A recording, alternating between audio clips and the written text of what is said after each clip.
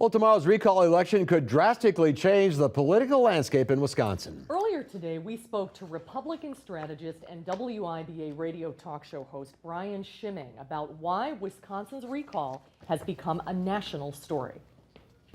It is a national story. It's a close story here to Madison and around the state.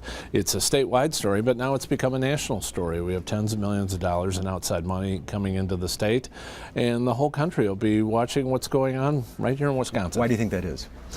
I think when the legislature had to make a lot of tough decisions in the last 6 months, there were decisions that had to be made. We came in with a $3.6 billion deficit and fund rating and all sorts of problems that they had, and the legislature had to clean it up. Well, there are interest groups that don't like the fact that it got cleaned up, and they frankly want to send a lesson to other Republican governors around the country that if you go ahead and do this, we'll come in and politically punish you for it, and that's how it gets to be a national story. Well, turnout tomorrow is going to be the key. It could make all the difference. And this is a unique situation. Both bases are fired up. It's going to be a matter of how many people show up, not necessarily how many signed the recall petition. It sure is. I mean, we're expecting to see a larger turnout than like a typical April type election, maybe not as high as a presidential or a gubernatorial election, but it's certainly, that's where the Republicans feel pretty strongly that while for all the demonstrations there were down at the Capitol and the protests and everything else we saw in this past April's election with conservative Justice Prosser, that the conservative base knows how to turn out too. Folks watching here, the 14th, the Olson-Clark race, that's the one that you guys are watching as well. Of course. Why? It's probably a seat that's considered to be the closest in the polling right now. You have a sitting Democrat legislator against a sitting Republican legislator.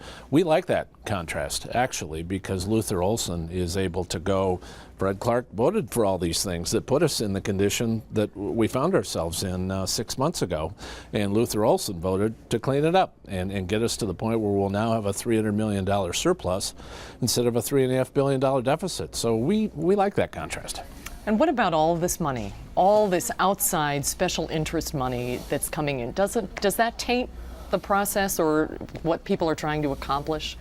I don't know that it taints it. I will say that to have all this national money coming in on legislative races in Wisconsin, I think in this case we get more attention because it may flip control of one of the bodies, and they're looking at it not in terms of necessarily Luther Olson's seat or Alberta Darling's seat, but in terms of flipping control and trying to punch the governor in the nose. And so we're happy though to make a point of all the money they're bringing in. If you were a betting man?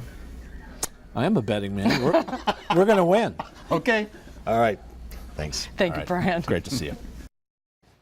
And if you can vote tomorrow, make sure you get out and vote. It's going to be quite a day. We'll be right back.